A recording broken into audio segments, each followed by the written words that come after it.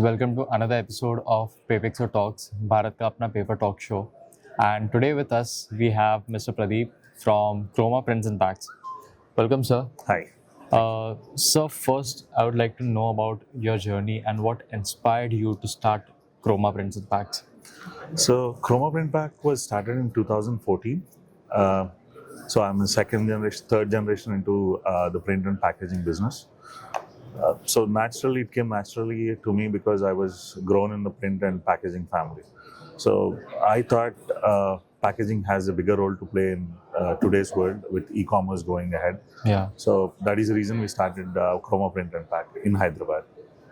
So, sir, since you have mentioned that you are the third generation of entrepreneur, was there a point where you felt like maybe this is not something you want to do, or was it always the case that you wanted to join the paper and printing industry? It was never intended to join the paper and the pulp industry or the packaging industry, and my mom was dead against it. My father never told that he should come or he should never come.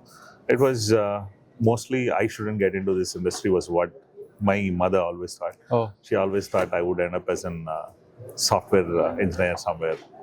So, but yeah, I was fascinated by the things which are going on in the paper industry. I love the small things of the printing industry, and that's how we got into packaging. Perfect, sir.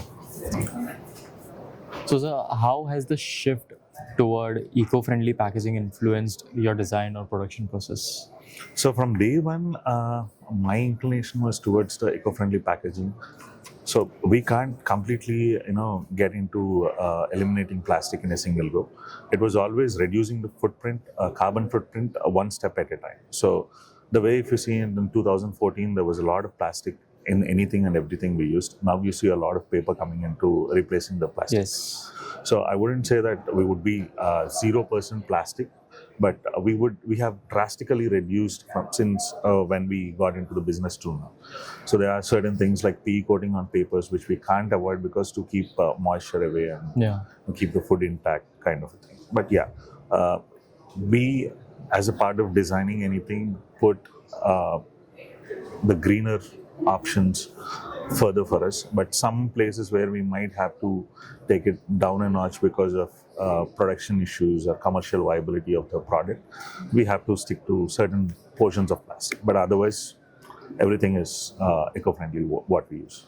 So, sir, when we say that you are into packaging industry, what are the line of products that you cover, and what is your star product till now? So, line of products, I do monocartons, I do corrugated boxes, I do paper bags, I do cake bases, I do wooden products as well, like the wooden caddies and all. My star product right now would be cake bases, Okay. which we made out of two materials. One is recycled MDF board and another one is recycled copper board. So we use those two products to make our cake bases. And we are major suppliers to bakeries like KS Bakers, Neelofer. We supply them their full cake base requirement. So, where do you see Chroma Prints and Packs going? What is the vision in the upcoming 3 to 5 years? So 3 to 5 years, we are looking at Chroma Print Pack to be one of the single point solution provider for F&B industry, especially for the takeaway part. We want to be a pioneer in packaging those semi-liquid and liquid foods. That's where we are looking at. Okay. And where do you see India as a market in the packaging industry right now? I think right now our consumption, when compared to US or any UK, our consumption is only a fraction of what they consume. I think we will be at least two-folds in the coming 5 years, the way we have to consume the packaging. Yeah. That's what. Okay. And are you willing to explore any global markets right now? Yeah, we are. We are continuously trying to explore global markets as well, especially US and UK, where we have some affiliate partners who are trying to ship our products there, especially for QSR restaurants, where certain things like takeaway packaging is what we are exploring. Is there more demand in the global markets than India, or India is growing consumer-wise? So it's a tricky question, because if you compare a population, the requirement here would be huge. Yeah. Whereas when you compare it with other countries, But yeah, right now we are consuming less than what the foreign countries are consuming. So that way, I hope the Indian market would improve a lot. And yes, there is right now the demand in Western markets is higher. Okay. So, sir, in earlier times, there was a lot of usage of plastic in the packaging industry as well, right? A lot of e-commerce platforms were also using plastic packages. So, are you seeing the shift happening from plastic to paper right now in any of the industries? Oh, it has traditionally started. I think post-COVID, there's a lot of transition happening. Now you don't see your any of your e-commerce shirts or anything which is packed in the polythene cover. It is almost now wrapped in a paper and then kept in an seal-proof paper bag. I'm sorry, plastic bag or paper bag. So I think Myntra has done a commendable job in pushing out paper-based packaging. Yeah. If you see the quick commerce like the Zepto and Swiggy's and all, they have come up with paper bags only as an option. And recently, the Zepto Cafe has also been using and proudly promoting the paper bags in that. Yeah. Perfect, sir.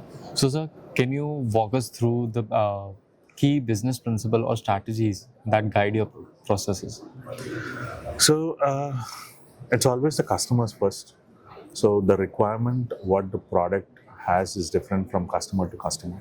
So we work with the customer closely. We understand the product's journey, right from its production to the end use case of the consumer, and then we start designing the consumer product. Now, most of the time we require it to be in paper only, and sometimes where we can't avoid coating it with a PE or something, using a PE coated paper, we try to use the ITC PLA paper and all and get the product going. Perfect. Sir, you started this company in 2014 and it's 2024 right now, 2025 right now. So it's been a journey of 11 years. You must have faced a lot of challenges in this journey.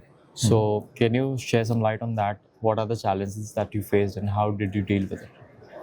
So there are particularly certain challenges. It depends upon your personality, more majorly, your ability to say no to certain customers. I picked up doing minimum MOQs. So I do 100 boxes, I do 200 boxes or 1,000 boxes also, where the industry normal is normally around 5,000 numbers minimum to start up. So it has been a learning curve for me. Why I understood why the bigger companies wouldn't be doing smaller quantities, and when you're doing smaller quantities, why you need to charge more. The labor cost, maintaining the labor effectively, that has become a major problem. And upgrading your technological shifts in the market is also. It should be done very aptly. Visiting such exhibitions like these should be done regularly to upgrade yourself. And the major challenge would be, with the customers understanding their needs, being on the same page, because they don't understand certain technical conversations of paper saying certain GSM and certain BF or something like that. So we have to be very clear in making them understand with the samples that this is what you're going to get. Especially with the print part, in the system it is going to be very bright and all, but when it comes to the printing part, we will not be able to match those in certain levels. So we had to, it was a hard way for us learning initially, because our expectation was people would understand when this particular print on the screen prints, it would be certain degree lesser. But eventually it was hard way for us, taking a few rejections, accepting them, and making consumers understand that now what you see on the system is not going to be exactly the same. There will be a slight variations in color, and that's a process which you understand and learn. And apart from that, there are a lot of financial implications also which comes with the rejections. How you handle those rejections, how you retain those customers as well, who are disappointed in you once you supply some wrong material. And that's how we started learning things. And the journey would be different for different people, but the things which I mentioned are the common points which you would learn in the journey of business. So, sir, you mentioned this, that there are variations when you see some things on the system. There are variations in the output, right? So there's a talk that has been going around in the industry that people are looking forward to integrate AI into their manufacturing process or to make the process more efficient. So what's your take on that? See, AI is definitely going to take over, but it is going to take over a course of time since it is very new. The adaptations can be done to a minimal machines where the upgraded machines only can be used right now, but not the traditional ones. Probably the entire workflow would be customized in future, but it's too early to talk that if AI would take over or anything. But yeah, it would definitely happen over a course of time. Okay. Now, sir, since you are into packaging, there's this myth that goes around in the consumer market that people prefer to use paper less because they feel that it is harming the environment because trees are cut to make paper. So, what's your take on that? I don't deny the fact that the trees are cut to make paper, but what percentage of paper? So there are different classes of paper which are used. They are recycled paper. In the recycled paper, they have different compositions which they are used. So we can't literally say that paper is harm for the environment. As a matter of fact, imagine the wood which can be cut down and regrown at the faster pace, which can be replaced, and which is a cycle of activity which can happen. Let's say afforestation and deforestation happens in a cycle.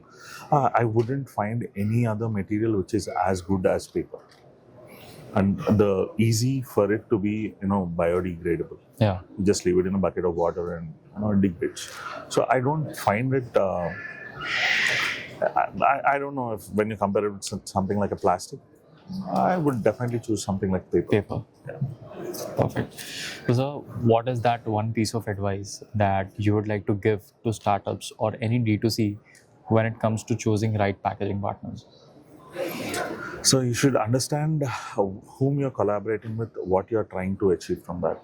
So there are ways you would understand, if people have an in-house packaging team, then you associate with people in terms of having a better pricing and a better quality. But if you are just starting out and if you don't have a packaging team, you have to be associated with people who understands packaging and your needs, so that they would be giving you a better solution for the product and for the consumer. So it has to be, the product study has to be done to advise any packaging details. So choosing a right partner depends upon what is your strength in packaging. If you don't have a packaging strength at your end, you have to choose someone who has that strength. If you have the packaging strength, you can pick any converter who can give you a better price. Yes, sir. So this is one hypothetical question that I would like to ask you. If you had to build this company right from the scratch again in 2025, what are the key factors that you would focus on? You mean key factors in the sense key industries which I would focus on? Or No, when I say key factors, I mean what are the steps that you would focus on before starting the company? First, I'll do my market research. I'll understand which product I want to, which would be my hero product, and start building the other products around it. So I make sure that I get an entry into the hero product which I'm thinking of. I would have my MOUs done, or I would talk to them, make samples with third-party vendors, pitch them. I would do 2-3 supplies I'll do, and then start my own company if I have to do it now. Okay, perfect, sir. Now, sir, there's some questions I would like to ask you about Papexpo. You've been here for 3 days. How was your experience at Papexpo 2025? Oh, this is my first time, for any exhibition which I'm exhibiting. This is the first time I'm exhibiting, so it was wonderful. The response was humongous. The people were very positive with the displays which we put in, and we had a lot of inquiries asking for certain variety of products which we deal in. I'm happy about it. Yeah. Perfect. So on that note, I would like to conclude this podcast, and thank you so much for your time. It was a pleasure having you. Same here. Thank you. Thank you, sir. Thank you, Pradip. Thanks.